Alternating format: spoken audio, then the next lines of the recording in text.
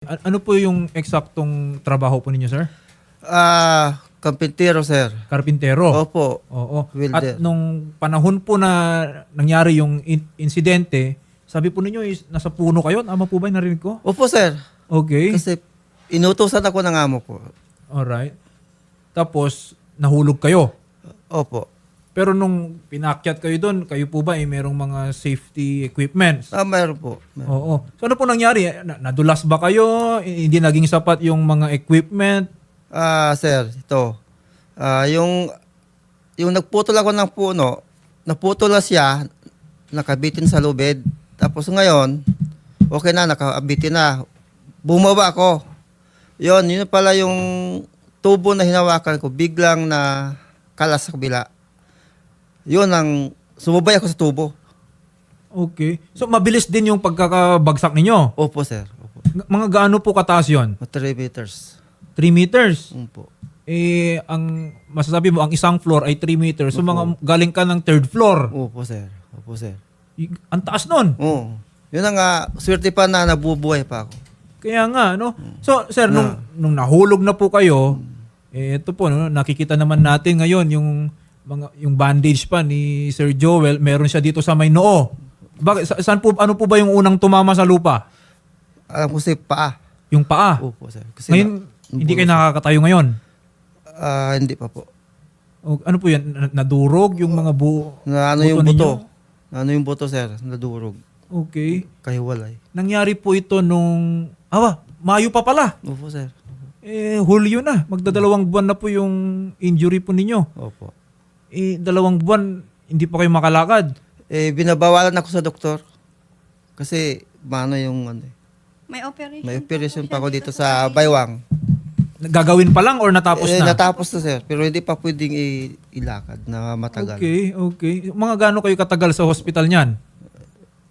Babalik pa kami ngayong July 15. July 15. For check-up.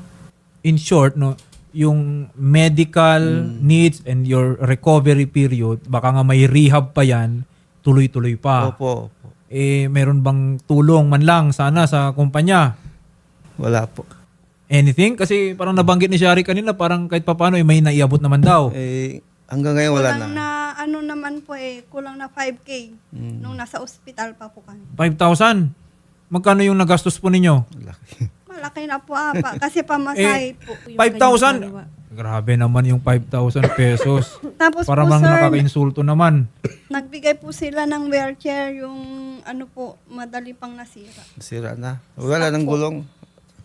Yung wheelchair. Opo, na hindi na nagamit namin. Hindi yan gamit mo po, na yan. Hindi, dito yan po. Dito to. Dito yan yung Opo, sa Kaya tanggapan ni sa Idol yan. Opo. So, pati ba naman yung konting comfort or convenience mo lang in the meantime na di ka makapagtrabaho, hindi man lang maibigay ng tama. Pero sir, kasi kung kayo po, ilang taon na po pala kayong empleyado dyan? 15. 15 years? Opo, sir. Ang tagal na. Kahit pa paano, meron kayong matatanggap dapat sa SSS at sa, ang tawag dito, ECC, Sir. Employees Compensation Commission. Makita naman natin na yung injury ninyo was incurred in the line of duty, employee-related injury, kung tawagin. May natanggap po ba kayo from SS? So, Wala. anong benefit na tanggap ninyo? Zero? Virus. Wala pa. Wala. Wala po. Wala pa po. Hingga na. Hindi, hikaos kayo ngayon. Kapos na nga kami po. Na, Yung kung baka nga may gamot or maintenance na para dyan sa sugat mo ninyo para maibsan man lang yung sakit. opo. Buti na bibili nyo pa. Oo nga, meron pa nga kunting pang Akala ko tinitiis mo na lang. Hindi po. Hindi kasi sir, dapat po no, tabi ko nga po no, kung sa employment related injuries na yan, siyempre aasahan natin, Opo. in-enroll kayo sa SSS, 15 years ka na dyan eh. Automatic po yan, may entitlement po kayo dyan, pati din sa ECC, manggagaling. Yun nga po yung purpose niyan eh. Kasi hindi naman natin inaasahan na ma-aksidente kayo. Kahit pa paano, meron tayong pangkukuhanan. Opo. Pero iba pa rin siyempre, yung tulong na manggagaling po sa kumpanya. Opo. Ma'am Maria Cecilia Molion, magandang hapon po sa inyo, madam. Pinapakinggan ko nga yung narrative ni Sir Joel Torres. Opo. So, apparently, sa hinagap ko sa inyo, parang hindi pa nakapag-file ng employees compensation claim si Sir Joel. Ano po? Parang ganun na nga po kasi Oo. sa ngayon wala pa raw natatanggap na benefit. Pero I understand, di po ba dapat yung employer yung mag-asikaso po niyan para sa kanyang empleyado? Tama yan, Attorney JB, kasi ang atin ngayon, mag-file po muna ang ating employer, gagamitin niya po yung my.sss account ng employer. So Mm-mm. siya kasi ang nakakaalam ng buong pangyayari eh. Correct. Mm-mm. In- So online na po ang filing po natin, sir. In short, madali na nga lang yung proseso o aabutin na ng 2 buwan, hindi pa rin nagawa. Paki-check nga po, Ma'am Cecilia, kung na-enroll talaga nila etong si Sir Joel Torres sa SSS. Sir, dito po, wala po kaming data sharing agreement ng SSS. Ang filing po ay sa SSS. Yes. So, siguro ang maitulong namin kay Sir Joel, doon po sa mga nagastos niyang mga medical expenses, ngayon pa lang po, dapat tinatago niya na po ang official receipts niya. Kasi meron po tayong medical reimbursement sa ilalim ng Employees Compensation Program. So, meron rin po kaming occupational therapy and physical therapy. Opo. No? No? Pero ang kailangan ito, mag-start lang po ito pag meron na pong decision ang ating SSS sa claim ni Sir Joel Torres. Yes. No? At base naman po dun sa naikwento kanina ni Sir Joel Torres, wala naman po ako nakikitang rason para tanggihan siya ng SSS. Dapat, lalo kung na-contribute talaga yung kanyang employer, ito, karapatan na niya, entitlement na niya sana dito po sa ating ECC. No? Pero, Opo nga 15 years na po nagtatrabaho Oo. si Sir Joel eh. oo, in the span of 15 years, sir, ilang beses ka ba na-injured? Ngayon lang. Ngayon po. lang. Talagang oh. 15 years niyang binayaran yung SSS, ngayon lang niya mararamdaman sana, no, yung buwan ng naging hulugan niya. I don't think there is any reason para tanggihan po siya ng ating SSS. Pero ganun pa man, Ma'am Cecilia, kami po ay katulong nitong si Sir Joel Torres para mapabilis na po, no, yung pag-asikaso ng mga dokumento at matanggap na niya yung nararapat po sa kanya. Anytime, sir, Sir JB, kasi ganito po yon. Pag may decision na po ang SSS na work-related po ang nangyari kay Sir Joel Torres, pwede pong dumulog uli siya sa Employees Compensation Commission. Baka po may additional benefit pa kami or assistance na maibibigay kay Sir Joel. Yes, kasi I understand, Ma'am Cecilia, bukod pa dun sa mga physical or rehabilitation program at yung reimbursement, ito pong ating empleyado sa ngayon hindi nakakabalik sa trabaho. I understand, meron pong corresponding amount na entitled siya dito sa ating ECC at depende rin kung ano yung particular na injury niya. Sa ngayon, I consider him disabled. Hindi yan nakakalakad, hindi nga nakakatayo kung tutusin. So, may corresponding amount na matatanggap po si Sir Joel. Attorney JB, ganito yun, no? Pag disability benefit po ang binigay sa kanya, meron na po siyang monthly pension, depende po sa extent or degree ng disability ni sir. So, meron pa po siyang cash assistance. Maliban sa OT and PT or physical therapy sessions niya, meron pang transportation and meal allowance. Ayan. Meron pa tayo, sir, livelihood starter kit. Oo, mabuti.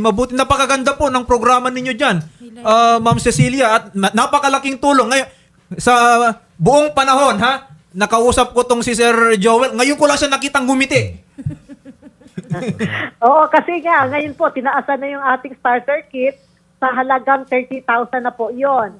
Kaya kailangan lang natin may decision ng SSS na permanent partial disability ang nangyari kay Sir Joel. Yes. Asahan po namin, Ma'am Cecilia, ang inyo pong pagtulong at maraming salamat dito po sa serbisyo ninyong inihandog. Okay, magandang hapon po sa inyong lahat. Sir, narinig po ninyo. Opo. Okay. Sa ngayon, again, no, siyempre masalimuot po yung naging injury po ninyo, no.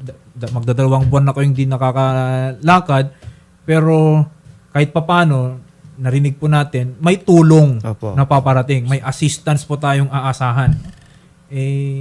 Kung hindi kayo makakapagtrabaho, kahit papaano, may pension kayo in the meantime habang kayo po ay nagre-recover. And I think malaking tulong na po yun. Opo.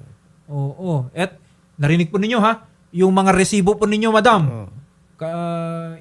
Itago po ninyo lahat yan para by that time na nag-grant na po ng SSS, madali na po yung pagproseso natin ng inyong reimbursement, no? Opo. So, pero syempre, iba pa rin po, no, sana yung tulong, no, na manggagaling din sa kumpanya para kahit pa paano, sir, yung sitwasyon naman ninyo, 15 years kayo naghandog ng serbisyo dyan, hindi naman mabaliwala.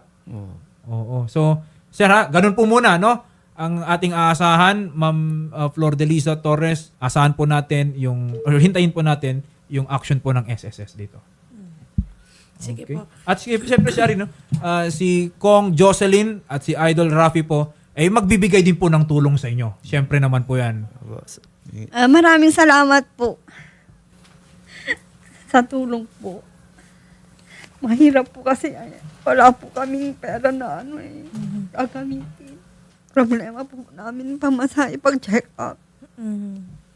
Tapos dalawang pa yung college namin nag-aaral. Hindi ko alam kung saan kami kukuha. Salamat po. Po, ma'am. Magandang hapon po, Sir Joel and Ma'am Flordelisa, and sasamahan na lang po namin kayo sa office po ni Ma'am Maria Cecilia Molian.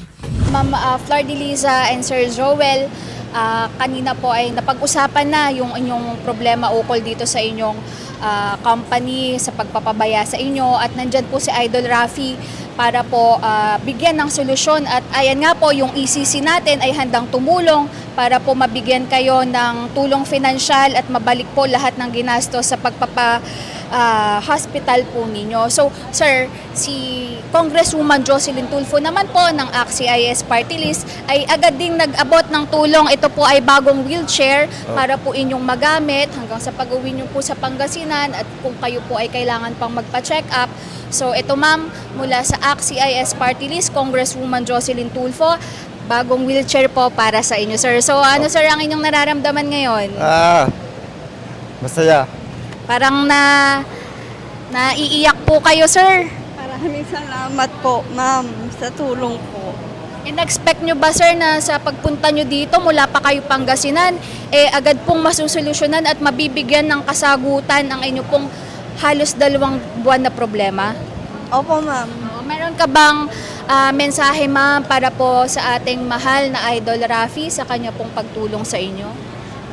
Sir, salamat po sa tulong po na ibinigay po ninyo. Sana po marami pa po kayong matulungan na tulad po namin mahihirap. Ma'am, may mensahe ba kayo para sa ating Congresswoman Jocelyn Tulfo? Salamat po, ma'am, sa tulong po. Sir, Rapitol po, maraming salamat na marami kang naibigay sa ibang tao sa amin. Salamat po. Oh. Ayan, Sir Joel, hindi po dito nagtatapos ang tulong namin sa inyo sapagkat sasamahan pa namin kayo sa tanggapan po ng ECC, at kami po ay makikipag-coordinate sa inyong company para po asikasuhin ang mga papeles. And huwag kayong mag-alala, ma'am, sa mga gastusin sapagkat kami na rin po ang mag-shoulder nun sa transportation at sa mga allowances na kakailanganin po ninyo. Again, Sir Joel, Ma'am Flordelisa, maraming salamat po sa tiwalang ibinigay nyo kay Idol Rafi, pati na rin po kay Congresswoman Jocelyn Tulfo. Maraming salamat din po, ma'am.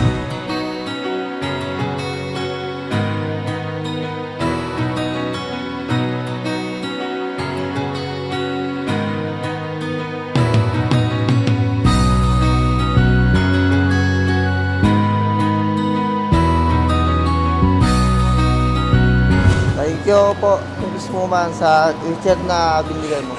Maraming salamat po. Salamat sa'yo, Idol Rapi Tulfo.